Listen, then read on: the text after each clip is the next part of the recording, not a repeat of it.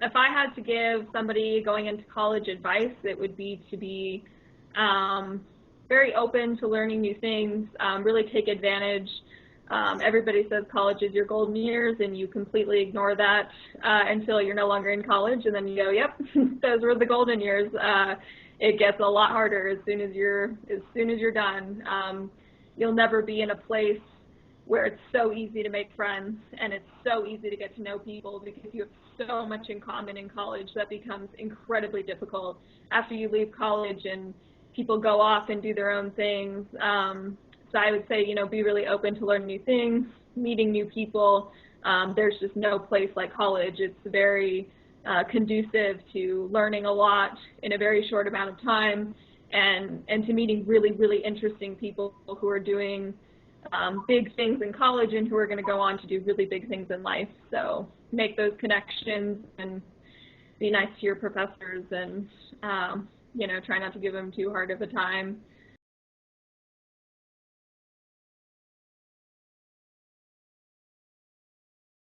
To be honest, I didn't really start off interested in the TC field. When I was going to college, I was originally interested in being a journalist. But I went to college right as the recession hit, and I no longer was able to go out of state to study journalism at some of the schools I had been accepted to. So it was really my parents who pushed me to go to tech because of the scholarship opportunities. And my mom picked technical communication as my major because it was the closest thing to writing available at New Mexico Tech. But as I went through the program, really what started to interest me about the field was just how incredibly broad it was, and how beneficial it was to be so well-rounded, and to have a skill set that could apply to every profession in the world.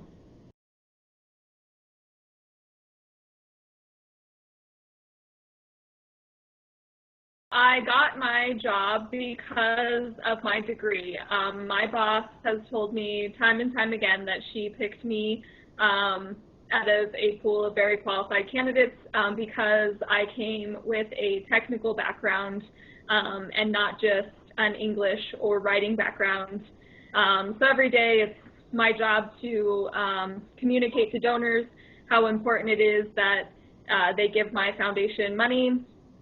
But usually the most effective way to do that when you're being considered with 8 to 10 other similar organizations is to start to manipulate your numbers, or I guess maybe manipulate isn't the best word, but tweaking your phrasing so that you highlight your statistics in the best way possible. My organization has the reputation it has because of the large quantities of clients we serve. So every day I kind of use, both sides of my brain. I have to be able to communicate and tell a story, but at the same time I'm using very concrete facts and statistics to do so.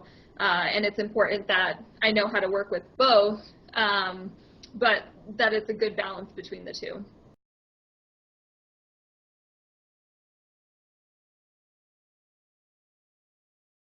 I think the most valuable skill I learned that I was able to perfect in the classroom, but really I learned outside of the classroom was how to talk to people and really understand what matters to them and be able to talk to them about what matters to them, especially in the context of a nonprofit.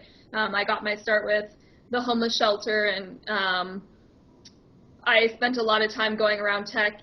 Tech is not filled with a bunch of people who are doing human services type degrees or work, and I spent a lot of my time at tech trying to talk to other engineers and scientists about the value of human services work and working in nonprofits.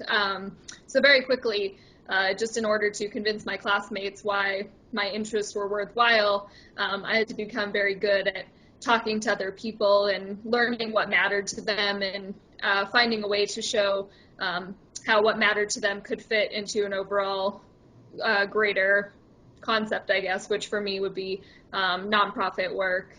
I think that's probably the most valuable skill I learned outside of the classroom.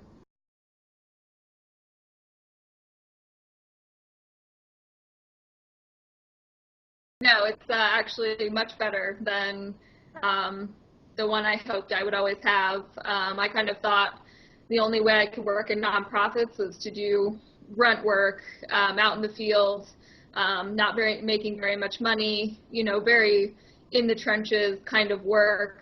I never would have imagined how beneficial and how powerful a position a person holds when they sit on the foundation side of a nonprofit. So actually the job I hold now is much better than the one I could have ever imagined for myself. I never realized how important this skill set would become and how valued it is to an organization to be able to raise money effectively. That's a pretty powerful position to play from, and certainly fulfills a dream that was much bigger than the one I was capable of having for myself back when I was planning my career.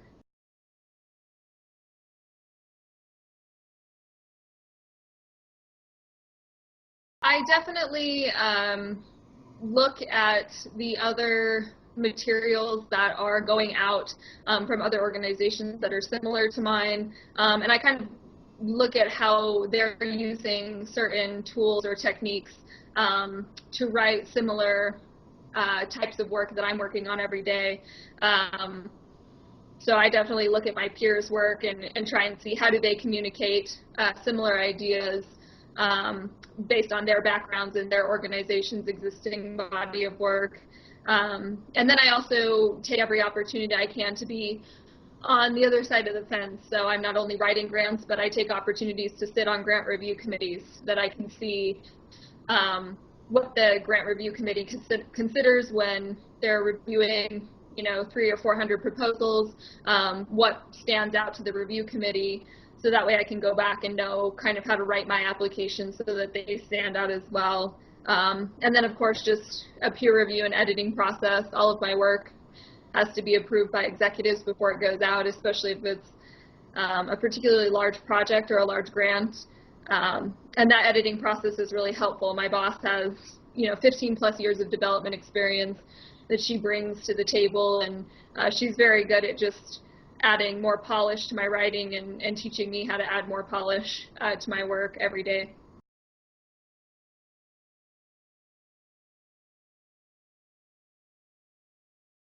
Yeah, your brain can't be turned on all the time. It's hard to work in a creative position and be creative all the time. I think some people are more inclined towards that than others, but it can be a challenge some days. There are definitely days when I hit a brick wall, and I sit there for hours and I can't come up with anything clever, new to say. But I'm very lucky that I work within the campus where a lot of my programs are. So if I'm lacking inspiration, I usually go over and I visit the kids in my ventures program, or the kids in St. Stephen's, or any of the other large projects that I write grants for. Um, and I spend time with them and I ask them questions about what they like about the program and how they'd like to see it improved or changed, and that kind of starts to get my brain going and in the direction of writing another grant.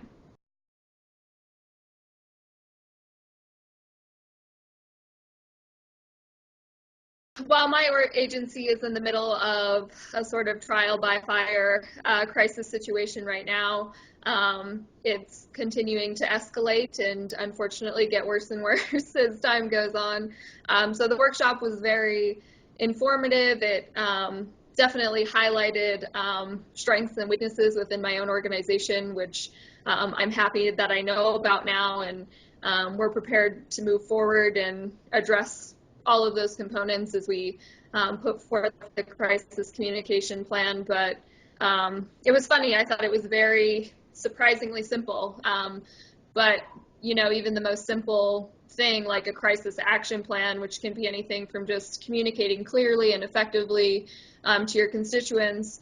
If somebody doesn't spell those steps out for you easily in a crisis, you lose track of them.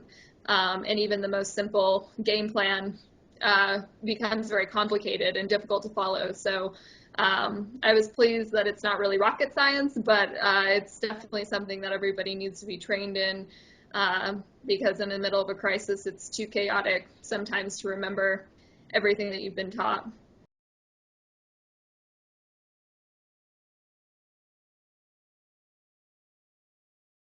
I feel like sometimes it's kind of difficult to know what you want to do, especially 5 or 10 years down the road. I feel like college can be very isolating. You're very focused on getting your work done and meeting the demands of college classes and your professors, but it's really important that you start to figure out what general direction you're headed to in life, even if it means figuring out if someday, if you really do want to be a manager, or you really want to have people working under you, or you prefer to not climb the ranks. You just kind of want a job that plateaus and you don't have to climb the ladder, as it were.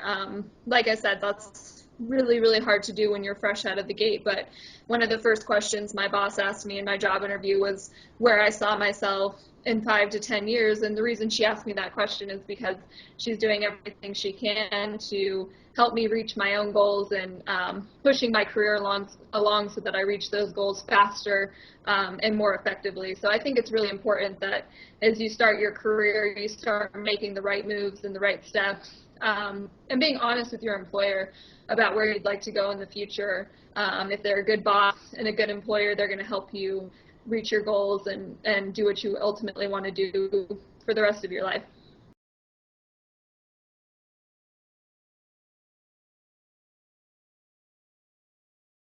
I really, really enjoyed any opportunity I had to be on campus with my friends, preferably outside.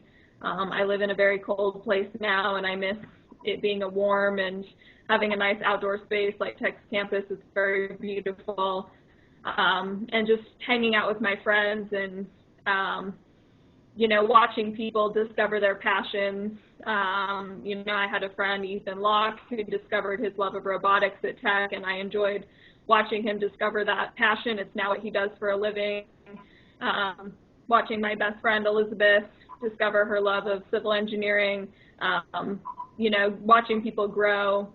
Any of those opportunities I had to talk to my friends and get to know them better at a really interesting point in their life. All of those are definitely my favorite memories from college.